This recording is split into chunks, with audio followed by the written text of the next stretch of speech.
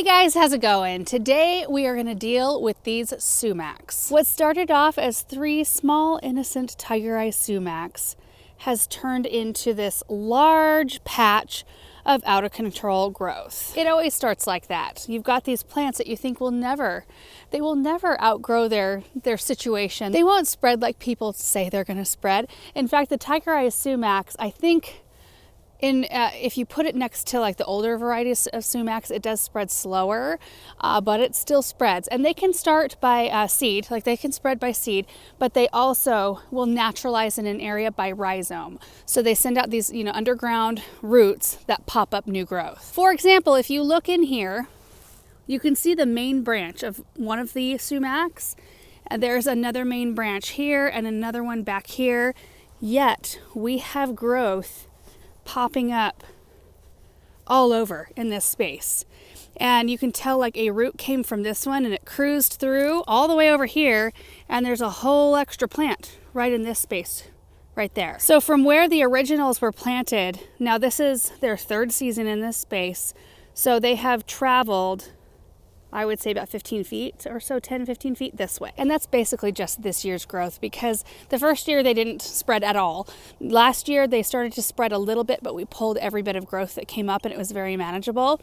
I think if we would have kept doing that this year, it would have also been manageable. And this isn't horrible. In fact, we're going to be digging some of these today to plant out in the dirt lands.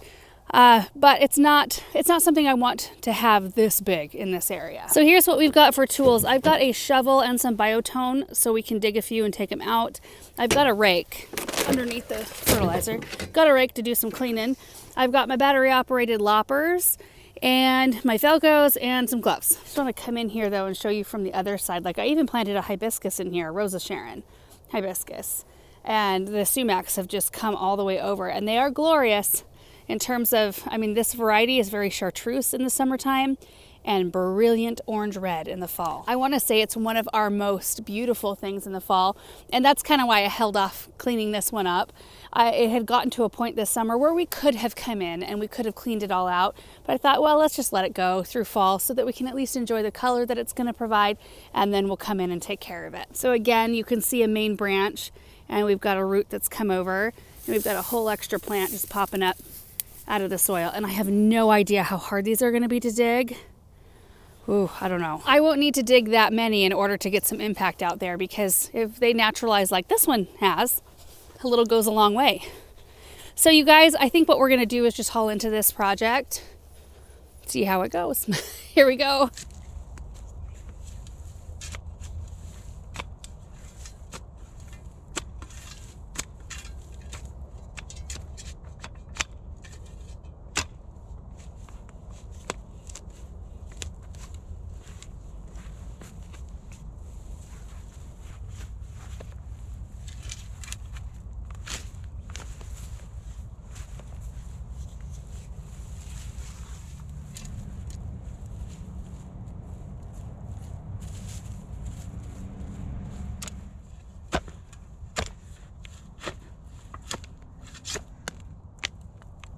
All right, guys, check this out. So I waited to remove this just so I could show you how these grow. So there was actually 2 roots coming in this way. This is the supply line where it originated from the main plant over here. So it grew this way and then sent up a new plant right here. And then there's roots going away from it as well. This is actually where I stuck my shovel first, of course, and ran right into that root. But to remove these, I could dig and dig and dig and dig and dig, and who knows where that root will end. So I'm just going to cut these off and hope for the best. So we'll get in there, and so you can see the roots that are left. That's pretty severe root prune right there, but we'll see how this goes. That's about how much work I'm willing to do to make this thing propagate into the south garden. Yeah, and it probably, with how this grows, plants are so resilient, this will probably be plenty of root system and it will take off. Likely. Not guaranteed. All right, one down. Isn't that wild? And that was this year's growth that we didn't pull. Oh, my mercy. I could start a field of these. So it's just going to be that times a whole bunch.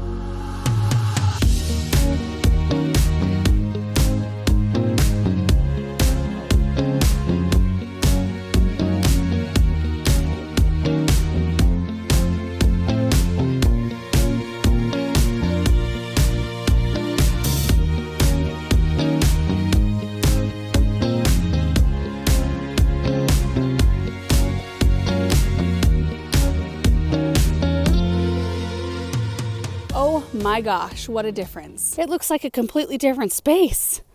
My word, there were so many runners. I can't even believe it. So I kind of started I started in the back area right there, just kind of clearing it out to where I could get toward the front.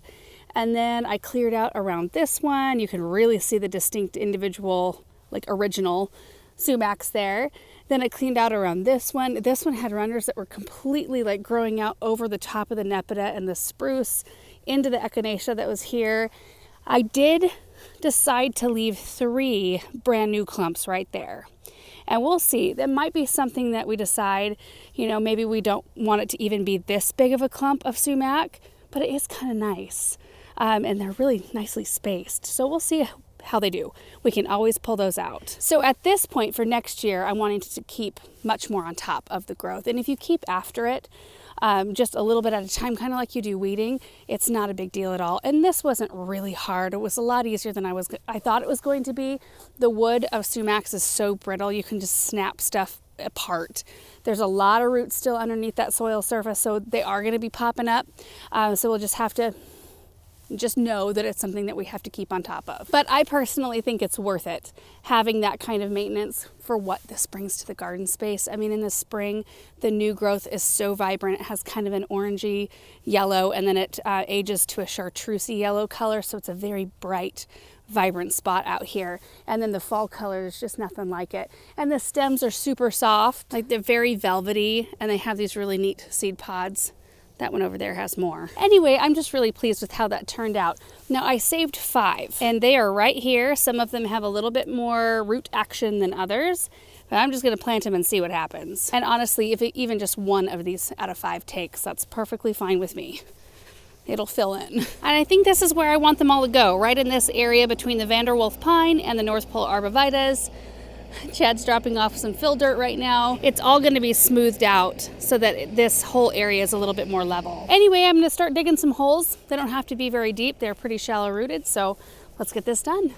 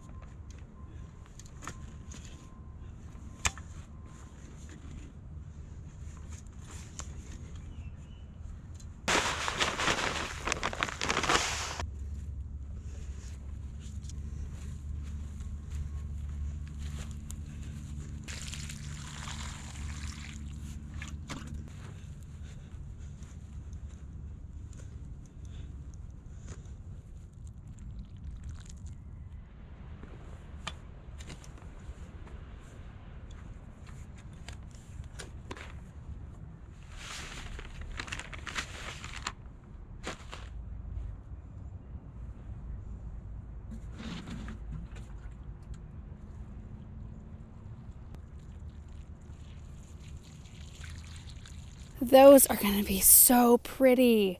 So just a little grouping of 5, which we can add to.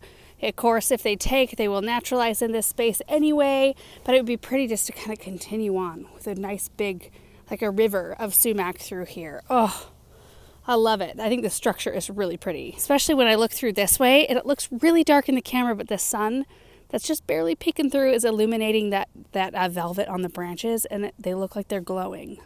To me, anyway. Oh, they're so pretty. And you guys, that is going to do it for today's project. I just really wanted to get that one done. The last big couple of things that I want to get done before it gets too cold, we need to get more bulbs planted. I have a gator full of tulip and daffodil bulbs that I want to get in the ground, and then dahlias. We need to still get them prepped and in storage. They're all in the greenhouse. So as soon as those two chores are done, it's just, I still have a huge list of stuff that I'd like to do, but they're not as essential to get done right away. I will show you this back corner though, and what's going on over here. Look at all of this soil. Oh my goodness. Aaron's having Chad bring in a bunch of topsoil to kind of fill in this area right here because it slopes quite a lot, just right at the very edge of the property, and he really wants it to be leveled out. So that is what's going on right here. The kids love it. In fact, I can see one of the pathways that they were sliding down on their bums last night. See that? That's a sledding on your bum channel right there. And there's another one that they made right in here. So when you see me post pictures or reels on Instagram of the kids playing on the dirt piles, this is where it's at, the back corner. So if you pan this way, you can see the high tunnel and then the house over there and then the south garden. And I'm not sure the timeline. I don't know if they are planning on getting that all leveled out this fall yet or this winter, or if the dirt piles will stay till spring. I know that would make the kids really happy if the piles stayed, but we'll see how it goes. Either way, super happy to have that sumac done. It looks so good out in the garden, seeing it all cleared out and seeing the structure of those plants again. And I know Aaron's going to be happy with that. He really liked the look of the sumacs limbed up. He's a big fan of trees being limbed up anyway, but to see the structure of those, I think that that he likes that better than the kind of overgrown look that it took on, and I think I do too in this case for sure. So thank you guys so much for watching this video. I hope you enjoyed it, and we will see you in the next one. Bye.